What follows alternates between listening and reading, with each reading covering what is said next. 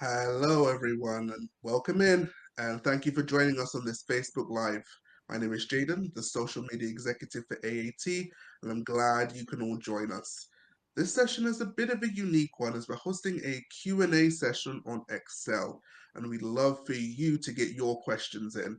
We did ask the community to send us some questions over the last 2 weeks, so we'll be prioritizing those at the beginning, but we will have a session at the end to answer any live questions that have come through. So I'll be collating them and handing them over. So if you can get those in on any questions you have on Excel, that would be much appreciated. But as we always do, I just want to give some shout outs to everyone that has left a comment so far. So shout out to Naringa, Q, is that Humira, Tracy, Bridget, Beta, Emma, Grazia, Tatiana, Maha, everyone. Anyone who's left a comment, I want to give you a shout out, and it's much appreciated. We very much appreciate any interaction, and again, hoping that you do get those live questions in because we will be able to answer those for you.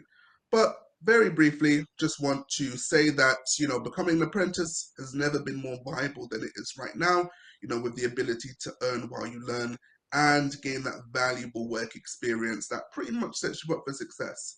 So if you are interested in becoming an apprentice, I will have a link to our dedicated apprenticeship page in the comments. But we are very fortunate to be joined by an Excel specialist and managing director of ExcelAce, Miss Traci Williams. It's lovely to have you on, Traci. How are you? Hi, thank you for having me. No worries at all. Appreciate you coming on. So we're going to start the session in a moment, but very briefly, for those who aren't familiar with ExcelAce and yourself, can you just give us a quick overview of who you are and, what is ExcelAce and what do you do and offer? Sure. So my name's Traci Williams. I started my company ExcelAce in 2008 because my background is in accountancy. I did the AAT when I was 17. I worked in lots of different roles, and I was always that person in the office who everyone came to when they were stuck on a spreadsheet. And it used to frustrate me that other people didn't love spreadsheets like I did. And so in 2008, I decided to give up my job and start ExcelAce, where I could show people how to love spreadsheets. And that is my mission. And 16 years on, it's still the mission. No, that is an amazing mission, and I'm guessing it's been incredibly fulfilling. And yeah, because Excel is such a powerful tool, and it's so important that we all learn as much about it as possible. But yes, whenever you are ready, we can start the session. I'll just hand over to you in a second. But again, just want to urge anyone to write any questions you have regarding Excel in the comments. If you've got anything that you'd like covered, or if you've got any questions about what we're covering during the session, let us know and we will get to that at the end. All right, over Great, to you, thank Traci. you. So thank you so much for all the questions that you've sent in already. I've had a chance to prepare some answers for you. Some of them are quite short, quick answers. Some of them are a little bit sort of more long-winded. So the first question was, can we cover profitability in Excel? So I've set up this data where we've got sales, direct costs, and other costs, which is kind of typical. I would then, on these yellow cells, I would put calculations in there, some formulas to calculate gross profit, and then gross profit as a percentage, and then the same for your net profit. So very simply, the formula would always be, we'd start with the equal symbol. So we put in equals, we take the costs, no, we wouldn't. We'd take sales minus the direct costs. I was doing the percentage then. So the gross profit would be 700. To then calculate the percentage, we could literally start the formula again with equals, and then we take the smaller number and we divide it with a backslash by the sales. So B6 divided by B2. And you'll notice that I've already formatted that cell as a percentage, which is literally in the home ribbon, and it's just here in this number section. Okay, so we literally just format the cell as a percentage and it shows 70% as opposed to 0.7, which will be the decimal. Again, we can do a similar formula here for the net profit, which would be equals the gross profit minus the other costs. Obviously, if you had more rows of cost, you could do a sum there. That would be exactly the same. The net profit will be exactly the same thing. We do equals the smaller number divided by the sales it would be again. So our gross profit 70% and our net profit 30%. So I hope that's answered your question on profitability. I'm not sure if that's what you were asking, but hopefully that's of some use. The next question was, how can we move a long list from a row to make it a column? So I think the question was, if we've got a row of data like this, how can we change that into a column? So it's super, super simple. You highlight all the cells. You would do copy, either Control-C or right-click copy. Select the cell to paste it into, and then if you right-click, you get the option of using this paste option, which is called Transpose, and that takes a horizontal list and makes it vertical, or vice versa, which is amazing. Honestly, for years, I used to manually copy and paste each one into a row if I wanted to change the layout. So that's a really, really useful tip.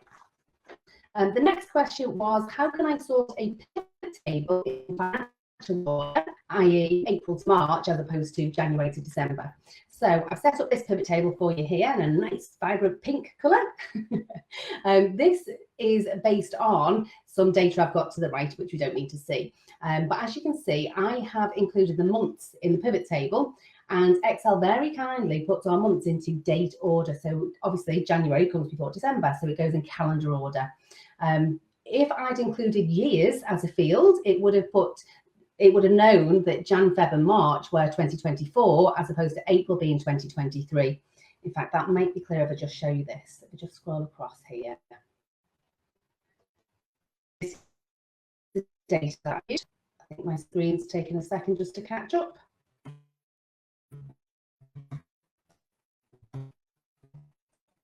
So let's pop it on there so we can see if we look at the filter. I'm not sure if my screen's not catching up.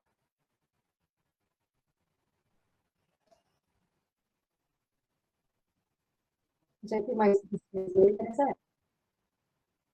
There we go. We're back in.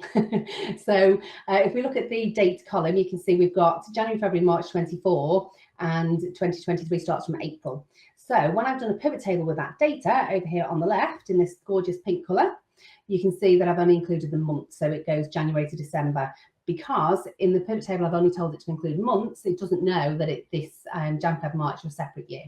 So what we can do is we can highlight those 3 months, and if you hover towards the bottom of the row, you can literally just drag those across and change the order.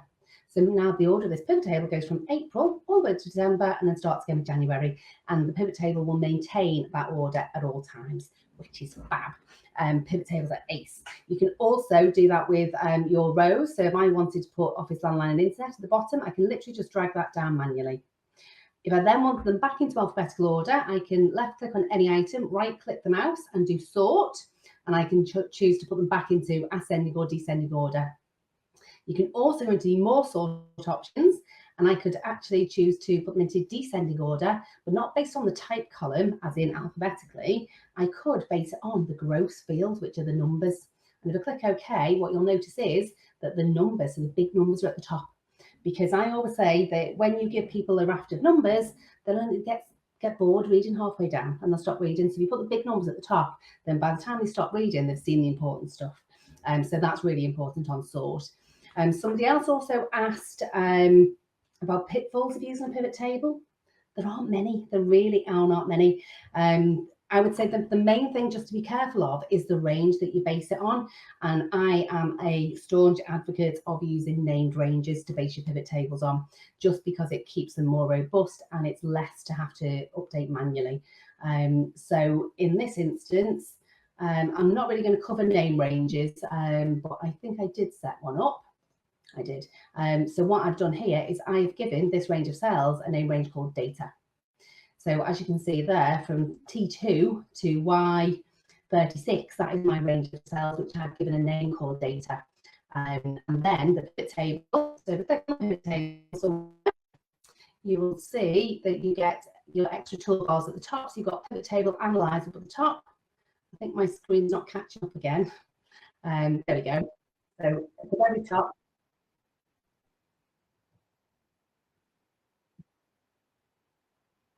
okay, right. analyze here, we get change data source. So if we click on, we can see it's linked to. So that would normally have your absolute cell references, which would be that T2 to Y36, whatever the range was. But in this instance, I've linked mine to the name range, and it's so much safer because when you, if I was to amend that range, I just tell the name range, I've amended it once, and it will then continually update any pivot tables that are linked to that name range. So that's one thing that you can avoid being an issue in pivot tables.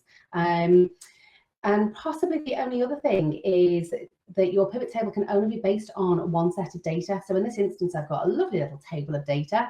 If I had a couple of different sheets with data in, you can't base your standard pivot table on data in different sheets.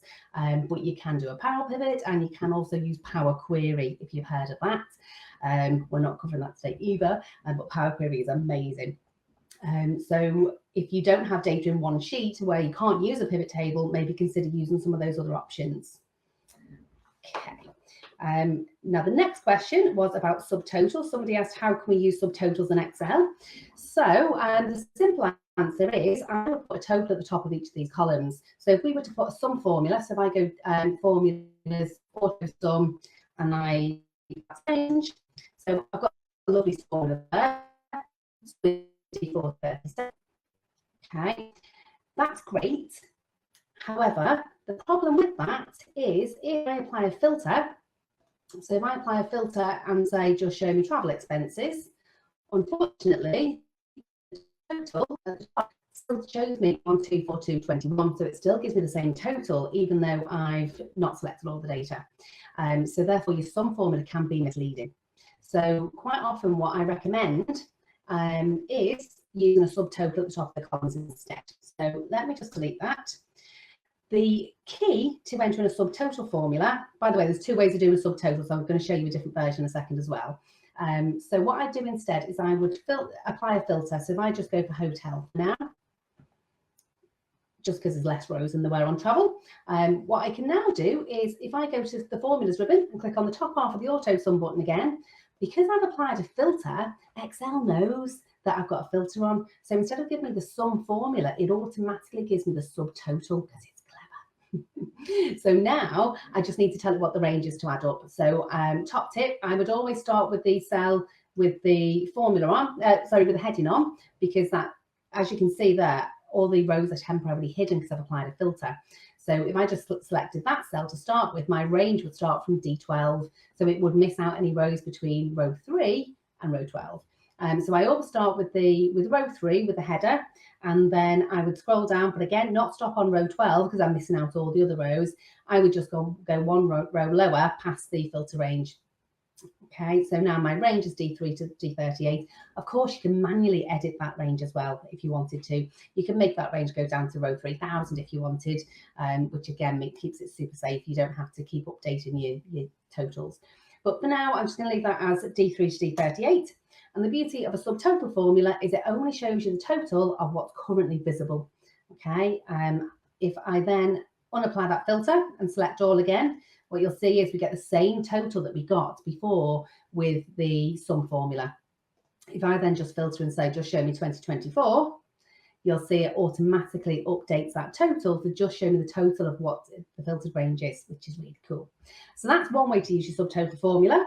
Another way is I might want some little subtotals of each of these different expense types. So there's a built-in function in Excel, and the usefulness for this is questionable. I very rarely use this option. I'm just going to remove that subtotal from there. The reason I don't use it is because it then makes the data very difficult to use afterwards. Okay, so this data in this layout is great to feed into a pivot table or to put formulas on, but what I'm going to do with it now doesn't make it very easy to manipulate afterwards. So make of this what you will. So I'm going to highlight all of the data. I'm then going to go into I don't use it that often, so I've even forgotten where it lives. It's in the data ribbon, and it's here on the right. It's there called subtotal.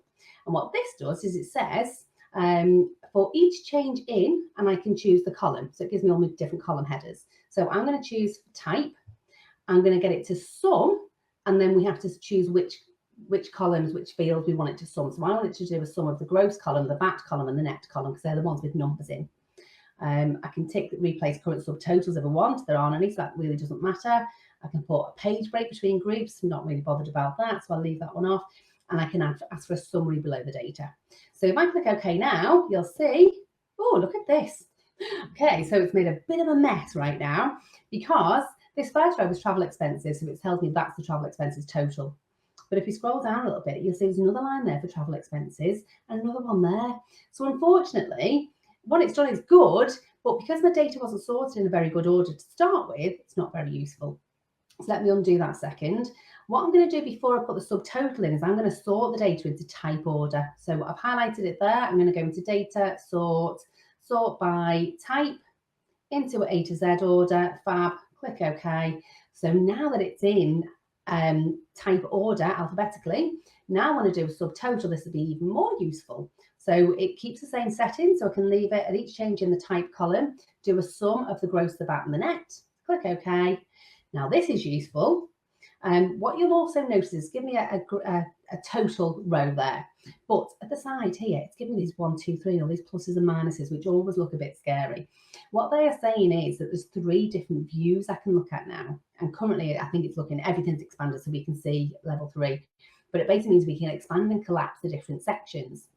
So if I click on number 1, I've collapsed it now. I'm seeing view number 1, which is just the total.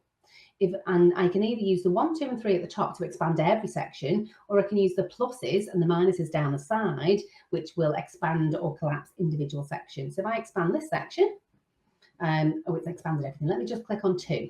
That's what I was trying to get to. So view number 1 just shows me the total. View number 2 shows me the total for each section, and then view number 3 will expand all of them. But I also have the option here of just expanding an individual one. So if I expand stationery, so you can see they're the individual rows, and that's the total row for stationery. So subtotals are great if that's what you want and you were never going to edit that data, but it doesn't make it very easy to add in any new lines of data. We could add them onto the bottom, we could insert them, but it makes it a bit more difficult. I would tend to, as a rule, probably generate a pivot table to generate that kind of a summary. But subtotals there, it's an option, and if it's relevant for what you're using, then it's probably good. Okay. The next question was about dates. What's the best way to work out a date in Excel? So I've come up with this dummy data here, and the yellow cells are going to work where I'm going to put some formulas in. So I've got a few that I wanted to show you. So this one is going to be just a very simple formula. That's not a technical phrase, by the way. So in this cell here, if our date was the 10th of March and I wanted to add 7 days to it, I can literally type in the equal sign to start a formula, equals that cell, and then literally plus 7, and that will add on 7 days. So press enter. So 10 days after the 10th of March will be the 17th of March. Okay, so it's that simple to use dates. You can obviously multiply. If you wanted to add on 2 weeks, I could do plus 7 multiplied by 2, because there are 7 days in a week, 2 weeks. That would then give me the 24th of March, was adding on 14 days.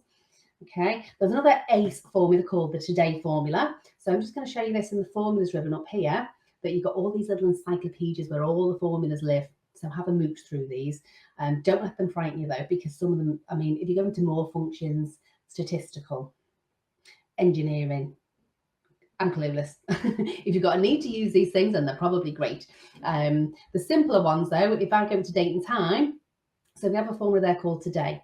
As I hover over, it gives me a brief, a little pop-up. It shows me in bold what it's going to look like, and then beneath it, it gives me a brief description. So this one is going to return the current date formatted as a date. So if I click today, it takes me to this wizard, which tells me there's no arguments, there's nothing to add. So I literally click OK. There's today's date, and it's 15th March, ACE. So that formula is literally equals today, open bracket, close bracket. And the genius thing about that formula is we can use that formula within another formula, because that's given me today's date. When I open the spreadsheet tomorrow, that will say the 16th of March, because it's linked to that formula, which will continually update. So in this instance, if I wanted to work out how many days there are till Christmas, to be fair, I'll probably use my birthday. Let's pretend it's Christmas though. So we put in 31st of December 24 in that cell. In here, I can use a formula of equals that date, minus, and then we can use the today formula. Oh, and we could spell it right. I'm really good at typos. So B6 minus today's date, which is the 15th of March, tells me there are 291 days till Christmas, if anyone cared. Let's just see how many days are to my birthday, which is the 31st of July. 138, that's exciting. And when I open the spreadsheet tomorrow, that's going to say 137, which will make me very happy. Okay, so there's some just very simple formulas. That today, I mean, I'm using a countdown for my birthday, obviously. You could also use that to work out how many days invoices have been outstanding for. You could work out how many days till a piece of equipment needs calibrated. You can use it for lots of things. Over here, we're going to use some more formulas. So I'm going to use an EO month here. So if we issued an invoice on the 10th of March and the payment terms were that we get paid at the end of the month, it's not always easy to know how many days there are in each month to calculate the actual payment date. So we can use a gorgeous formula called the EO month, which stands for end of month. So in this cell here, I can go into date and time. I can choose EO month. It wants a start date. So my start date is going to be this cell. And how many months later? Well, I don't want any months later, so I'm going to put 0 months. So that will give me the date at the end of this month. So if I click OK, then you can see the invoice date's 10th of March. I'll be paid by the 31st of March. Brilliant. In this instance, if our payment terms were different and we were paid at the end of the month after the invoice date, then it's exactly the same formula. So I'm going to do date and time, EO month again. The start date is this one. And how many months later? Well, that'll be 1 month later. So literally put a 1 in there. So that's going to be the 30th of April, that payment date. So you can use that formula and just copy it down a whole range of cells. It's brilliant. Really, really good. So I hope that's answered your question on dates. The next question is about forecasting. This was a great question, actually. How do we do forecasting in Excel was the question. And the short answer is I don't use this function very often. In fact, I've never used it in practical sense. I've only used it to sort of test it. And it's kind of good, but let me show you anyway. So if we have this list of months, 1st of Jan, Feb, March, etc., we've got sales values. And if I wanted to forecast that, I can literally highlight that data. Oops. And then I think it's in insert. Oh, I've lost it again. It's in data. Okay, so highlight these cells in the data ribbon. Okay, and towards the end there, you've got forecast sheet. And this is fab. I literally click on that and you get this instantly. So what this has done is this blue line here, these are my actuals. So these are the actual dates and the actual sales. These orange lines, it's given us 3 separate lines. This might be really tiny to see on screen. I'm sorry if it is, but it's easy enough to play with on your own machine if you need to. The bold line there, that's the forecast sales. And then it gives us 2 alternatives. So this one is your lower confidence, this one's your upper confidence. So essentially it's giving you sort of a worst case scenario and a best case scenario. And that's probably just the norm.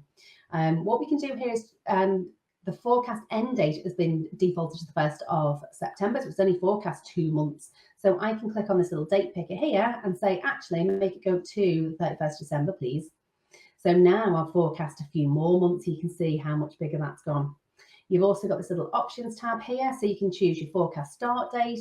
You can choose your confidence interval, so it's applied 95%. You can change that. You've got seasonality. You've got all your ranges and stuff like that. So once you're happy with all your settings, you can literally click create and it gives you a whole new sheet. And on there is a table here on the left. And these are our actuals that it's picked up. But these are your forecast cells, your lower and your upper confidences. And then bizarrely, if you look on these cells, gives you the months, obviously, it gives you the formula. So you can actually see how it's calculated it. And you can edit these now, and it will automatically feed into this chart. And then you've got that chart that you can include on a presentation or whatever else it is that you're using it for. So forecast is there, and it's pretty good, to be fair. It's not something I use a lot, though. But I hope that answered your question on what forecast does, and it's super simple to use, as you saw. Okay, next question. How can we tidy up vast amounts of data in a simple way? For example, if a name and surname, so I've got another sheet here, or this one. If we had a name and surname in one cell, like we do here, how can we split it into 2 cells using a formula? If so, which one? There's lots of ways is the answer to this. So the most obvious way that we probably have all known and loved for years is in the data ribbon, we've got text to columns. So we click text to columns. So sorry, highlight column A first, go into text to columns, and you'll see this is step 1 of 3. So the first one is, are we splitting it based on delimited, i.e. a character, or on a fixed width? Well, because each of them got different names, the only thing that is similar to all the names to separate by is the space. So we can use the character of the space. So I'm going to leave it on delimited and click next to take me to step 2. And then step 2 says, what is the delimiter? So it's dead easy to follow. It's not a tab, it is a space, and you'll see it gives me a sample there. And then I could click next, but in this instance, I don't actually need to. I could just go to finish. And you'll see there's our 2 columns of first name, surname. Just be careful if you're doing that though, because it will overwrite the column next to you. So you might need to insert a column before you do that. The other thing to watch out for if you are using that function is that if we had a middle name in there, it would spill out into 3 separate columns. So just be careful with that. I'm just going to undo that and show you another way, because Excel very kindly have come up with a brand new formula for us called text split. So if we do equals text split, and you'll see it's just appeared there. So this will split text into rows or columns using delimiters. So let me double click that to select it. We then get the syntax here. So we just want to know what the text is. So the text is there. I could just, because all of this is, it's not bold, I could literally just do close bracket there. Oh, hang on a second, I'm lying. So A1, so the column delimiter, let me just, I'm going to do this a different way. Let me go into formulas and insert function, which is easier. So if I just do text split. Okay, so here it wants the text, there it is. So when the instructions are bold, they are mandatory. Where they're not bold, then they are optional. So cell A1, this gives us the clues, you see. So this is the text to split goes in there. The column delimiter, this is the character or the string to split the columns by. So of course we need to tell it, use the space. So if I type the space in, the wizard will take care of the speech marks that need to go around that space. You've got a row delimiter. So this is, again, the character or string to split rows by. I've only got 1 column of data. So if you've got different rows and columns you're trying to split by, this is what these are all useful for. In this instance, that's all I need to put in, and I could click OK, and you'll see it's split that into the 2 cells. Okay, and then obviously we could just drag that down. But I think as well, what we could do, let me just delete them, is we could do A1 to A3 with a colon and give it the actual range. So in that instance, it's actually done just the first names. So you might have been better leaving it as it was and dragging that down. There's probably a way to do that as well, which I'm not going to cover right now. There's another option as well. Again, I'm not going to get into that because there's something else I want to show you more importantly. But we could use the left formula and extract the characters on the left of that text. But we'd have to use the find formula to figure out which character number the space was at. So if you prefer, we could use a combination of the left and the find formula and the right and the find formula. But I'm not going to cover those today, but there are more options. There's always loads of options in Excel, isn't there? Okay, so the next question, in fact, the next 3 questions are all kind of vaguely similar. Somebody asked, can we cover what VLOOKUP actually means? Someone asked, what is XLOOKUP? And someone else has asked what the difference between VLOOKUP and index matches. Okay, so I've got some more data here on my VLOOKUP sheet. So this is a list of receipts similar to what you've seen before. We've got the date column, we've got the supplier column, the net, the VAT, and the gross. I would like to know what the expense type is. So I've got another sheet here which contains my master data. So you'll see here we've got the supplier names in here and the expense type that they each relate to. I've also included a supplier code for each supplier name. Okay, so I should be able to use that table with VLOOKUP formulas or XLOOKUP formulas or index match formulas to populate this VLOOKUP page. So this first column, I'm going to do a VLOOKUP. So the purpose of a VLOOKUP, the V, by the way, that stands for vertical, because this list here goes vertically down the page. And that's just usual for how you're going to lay your data out. It's unusual you lay that data out going horizontally across the page. That would just be weird. And I think literally in my entire life, I've used a HLOOKUP twice because they're just as brilliant, but they're just rare. So VLOOKUP, we would go back to this sheet. We're going to put a VLOOKUP into this cell. And what this essentially does is it goes, we're going to get it to look for something. So I'm going to say, look for the Liverpool Tunnel. And I'm going to tell it to go and look in this table here. And my table is going to consist of these 2 columns. And the trick to a VLOOKUP is that the first column in your range, so my range is going to be B3 to C16. I'd recommend using a name range, by the way. I'm not going to today, but I would always recommend using a name range. But our range is B3 to C16. So the first column in that range is column B, and this is the column where it has to find a match. So because I'm looking for Liverpool Tunnel, there it is, and it has to be in that first column in the range. So if I made my range from column A, it wouldn't work because the first column has a supplier code in, not the supplier name. So this is one of the downfalls of a VLOOKUP, is that it doesn't, it means that I couldn't include this column in my range at this point to do a VLOOKUP with, okay, which is, it's a restriction of a VLOOKUP, let's say. I'm going to show you an XLOOKUP shortly, and that doesn't care where your columns are. So that issue in a VLOOKUP is negated by an XLOOKUP, so we'll come to that. So essentially, all your VLOOKUP does is it goes, go and look at Liverpool Tunnel, and it's going to look in this first column of this range. It's going to look down there, and it literally is going to go, it's on row 7. It literally is going to find it and say, it's row 7. That's all it does. And then within the formula, we'll say, okay, great. When you find a match on row 7, you tell me what's in the column. It's in the second column in this instance. So tell me what's in the second column in that range on that same row. So it's going to return travel expenses. So that essentially is all your VLOOKUP does, okay, which is brilliant. So if I put the formula in, I'm going to use the wizard because it explains it a bit clearer. So formulas, insert function. I'm going to type in there VLOOKUP, click go. There it is, and it explains a bit more there. If I click OK, so it wants to know, what do you want to look for? Lookup value. Well, that's going to be that cell. What's the table array, i.e. where do you want me to look? Well, I want you to look in the master data sheet. So I'm literally going to navigate to it and highlight the range of cells. If you had a name range here, we could have just pressed F3 to get the list of name ranges. So I also need to include dollar symbols around that cell reference so that it doesn't update the row numbers as I copy it down. So just press F4 to include those dollar symbols. So I'm now saying, look for Liverpool Tunnel in this range of cells. This box here wants to know what the column index number is. So this is what column do you want me to return when I find a match. Column number 2, please. And then this box wants to know the range lookup. So this is essentially true or false. So with the lookup, you get 2 options. You get either false, which will find an exact match. So it's going to find only Liverpool Tunnel. Oops, come out the way. So it's only going to find Liverpool Tunnel if it finds an exact match if we use false. If we use true, it will find the closest match.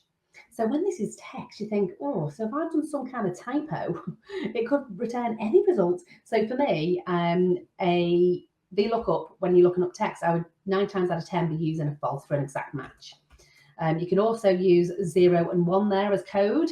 0 is false, 1 is true. But for me, I like seeing false at the end of a VLOOKUP. It's just the way I've learned them. Okay, so we've got false. So as I've just said, you get 2 options on a VLOOKUP. So if I click OK, there's our result, travel expenses. I can drag that all the way down, just double click that.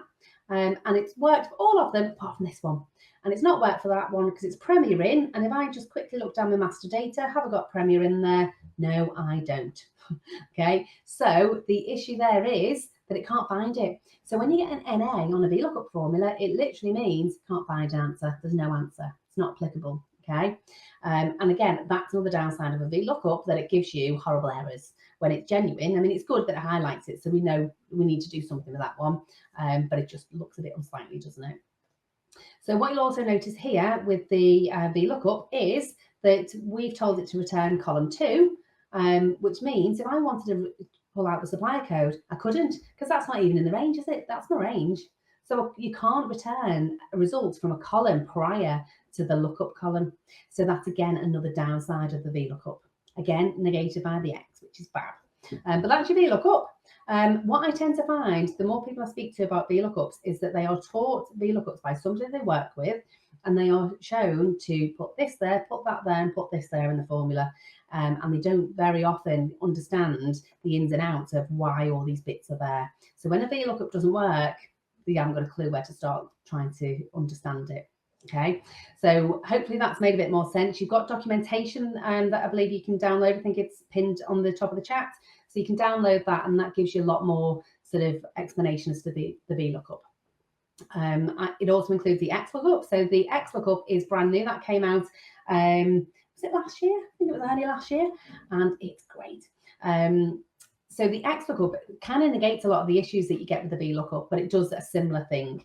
So I am going to go into insert function and I'm going to type in XLOOKUP and I'll click go. And it says here it's going to search a range or an array for a match and return the corresponding item from a second range or array. And then by default, an exact match is used. Okay, so that's the false that I was just talking about. So if I click OK, it'll take me to the wizard. It gives me all the boxes to fill in, all 5 of them. And at this point, people are like, oh, the VLOOKUP's much easier because there was less to do. So let me show you how this works. So first thing it wants is the lookup value. So again, we're going to say what we're looking for. So you're looking for Liverpool Tunnel again, which is in cell F3. Then it wants the lookup array. And it says here, this is the array or range to search. So unlike the VLOOKUP, it doesn't want the range of the 2 columns. It just wants the one range to look in to find the match. So if I go to master data here, I can tell it, my range is just column B. So it's B3 to B16. And then we need to press F4 to get some dollars on there. The next box is the return array. So this is the array or range to return.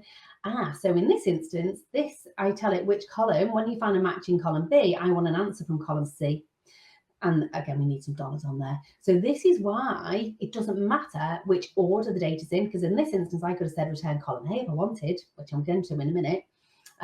So that's why the XLOOKUP is a lot more robust. You can do a lot more than you could with the VLOOKUP. This box, again, these are not bold, so we don't have to fill them in, but we can if we want. So this one is what it'll return if no match is found. So unlike it'll give us an NA there, here we could get it to return something. So I could put in the word missing if we wanted to. At least it'll stand out, but it just doesn't look unsightly. It's almost like it still worked, but it's not been able to find a result. And then this is the match mode. And this is where, again, we put the true and false in. So this, it said before, didn't it? There it goes. By default, an exact match is used. So if we didn't put that in, it would automatically apply false. So I could put false in, or I could use 0 as the code. And when I click OK, just to show you this, I want to show you something else about match mode that's exciting about the XLOOKUP. So click OK, there's our result. If I just open that cell for editing with F2, if I click in, there's our match mode. If I delete that 0, what you'll see is it gives me 4 options. So this is one of the exciting things about the XLOOKUP, is that there are 4 different match modes we could have used. We could have used 0 for an exact match, the same as a VLOOKUP. And where we had 1 for a near match, what you'll notice is we've got -1 and +1. So they'll find an exact match on the next smaller item or the next larger item. So if you think if we were looking up dates or numbers, this would be great because we could find, like, you know, if our answer was 74, we could make it look to the next 100 number if we wanted. So we just get more flexibility with the XLOOKUP. And you've also got a wildcard, so you can look for parts of text and things like that, which is quite exciting. I'm going to put it back on 0 anyway, and I'll press enter. You've also got one extra function as well, by the way. There's a 6th box that you can only get from the syntax on the spreadsheet itself, not in the wizard, and that's a search mode, and that's about searching the data from top to bottom or bottom to top and things like that. But I'm just going to drag that down so you can see that. And you'll see there, where we had an error before, it's now returned just missing. So it looks neater and tidier, doesn't it? I'm just going to use the, just show you the XLOOKUP again to find the supplier code. So obviously in this instance, if we wanted to return this supplier code, we couldn't do that with a VLOOKUP. So we have to use an XLOOKUP here. What I always tend to find is, as I find new functions, new formulas, I always think, well, I've lived this long without them. Don't need it. And then I'll tend to find a reason shortly after why I need to use it. So if you're not convinced at this point, keep an open mind, because I think you might find you'll come across something where you haven't got an option. And then you'll be like, oh, thank God I listened. Okay, so there we go. So we're going to look for F3 in column B, and then we're going to return column A. And I'll just leave those ones empty for now. Okay, let me double click that all the way down. So there's your XLOOKUP. I didn't tell it what to do if it couldn't find. So if not found, I could just say there, none. Okay, and when I drag that down, it will then return none. So again, it just doesn't give us a horrible error. The next thing we're going to put in is an index match formula. So before we had an XLOOKUP, the only alternative really to a VLOOKUP was to use an index match. I'm going to cover this very quickly because I want to get into some live questions. But the index match is made up of 2 formulas, index and match. And you've got the documentation for this as well in that download. So your index match is literally going to be going to be an index. So it wants to know what's the index. So where do you want me to look for starters? Well, I want it to look, again, in column B to C. So that's the range that I want to use. And then it wants to know what the row number is and what the column number is. That's essentially what your index formula does. We tell it what the range is, and then we give it a row number to return and a column number. But the problem is we don't know what the row number is and the column number is, because it depends what the supplier is. Okay. So what we can then do is do a match. So I do a match formula, and here it says what's the lookup value. So I want it to match that cell F3, and where does it want it to look? I want it to look in our range here in this column. So again, just column B. And that needs dollars as well, and so does that. Put dollars in there, okay. And then the other thing we need is a match type. So if I do comma, it gives us 3 options. So we've got less than, exact match, or greater than. So I'll do exact match again, and then close bracket. So what we're now saying is look in this range, column B to column C. Let's put some dollars on there as well. And then match. So all of this is going to match F3 there within column B, and that will find the row number. And then here we could do another match to find the column number, but actually in this instance, I know we want column 3. Okay, so I can just type in the column number because that's not going to change in this instance, and then a close bracket. Oh, I've broken it now. Hang on. Why have I broken it? I think because I've got that. I don't know. Let me start again. Equals index. Oh, it's because I told it column 3 and there's only column 2 in my range, 2 columns in my range, that's why. So I'll tell you what, let me just undo that, get it back. So it's not column 3, is it? It's column 2, of course. Get off, help, okay. So I can drag that down. And again, with your index match, you always did get the error. There's no way around that. We'd have to wrap an if error around the formula like we would with the VLOOKUP or something. So that is your index match. If you look at these formulas, your VLOOKUP, nice and succinct, your XLOOKUP, a little bit bigger, but it also, that takes care of the what to do if it's not found, so it's not too bad. And then your index match looks huge, people hate that one, but index match is fab. Again, you've got documentation there, so have a closer look at that, I would think. Now the very last question we had was any advice for macros. My main advice on macros is use them. Absolutely use them where possible. They are amazing.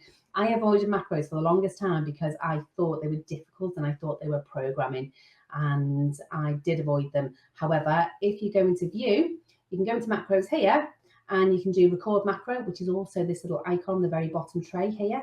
So you do record macro, you give it a name, let's call it Traci, can't even spell my own name, and you click OK. It's now recording, and you can tell it's recording because this symbol here has changed to the little square, which is a stop sign.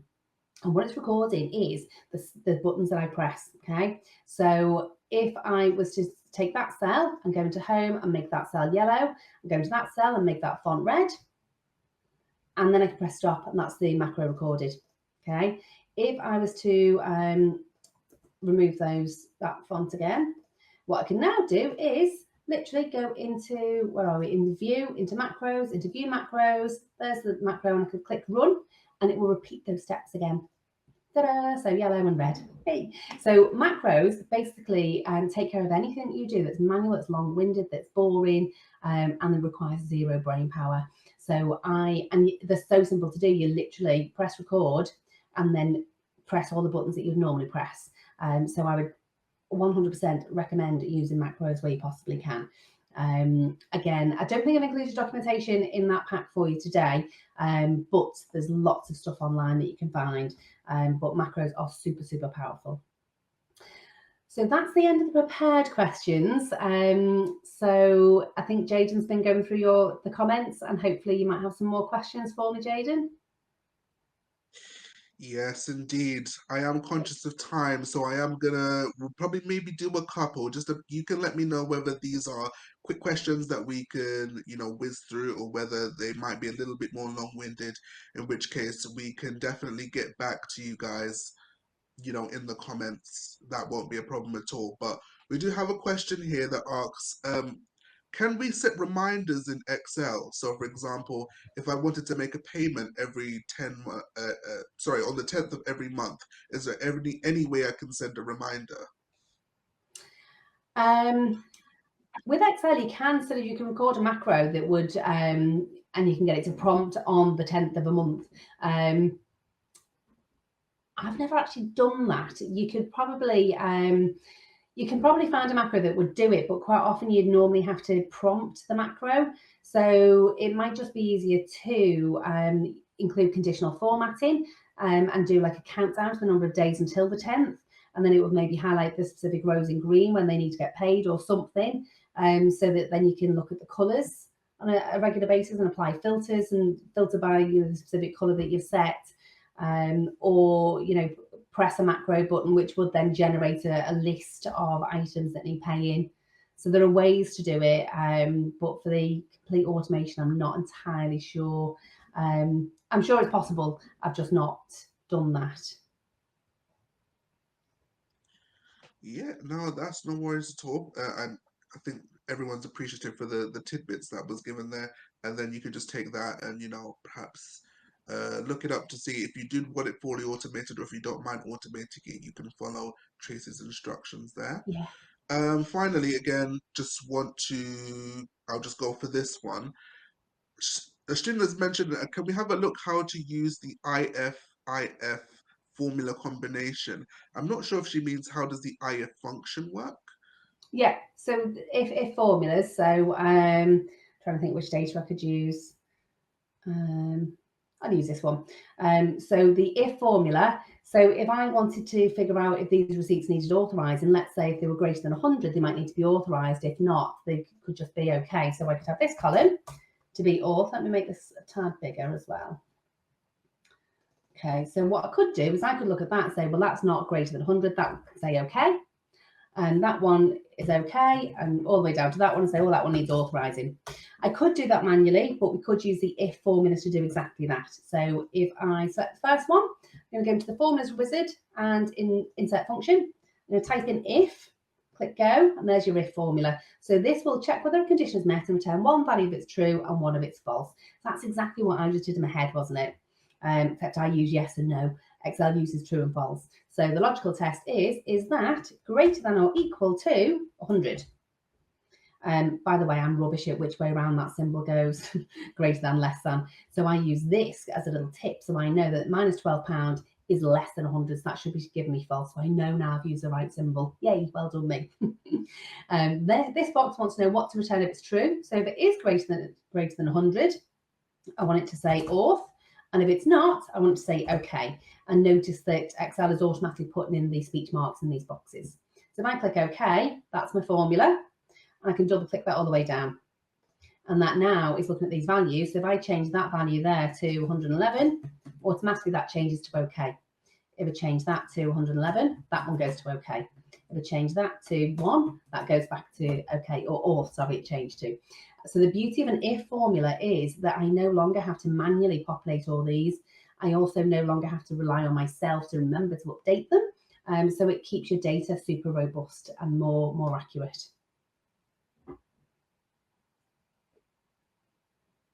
Okay. Perfect. I think that is a good place to wrap it up.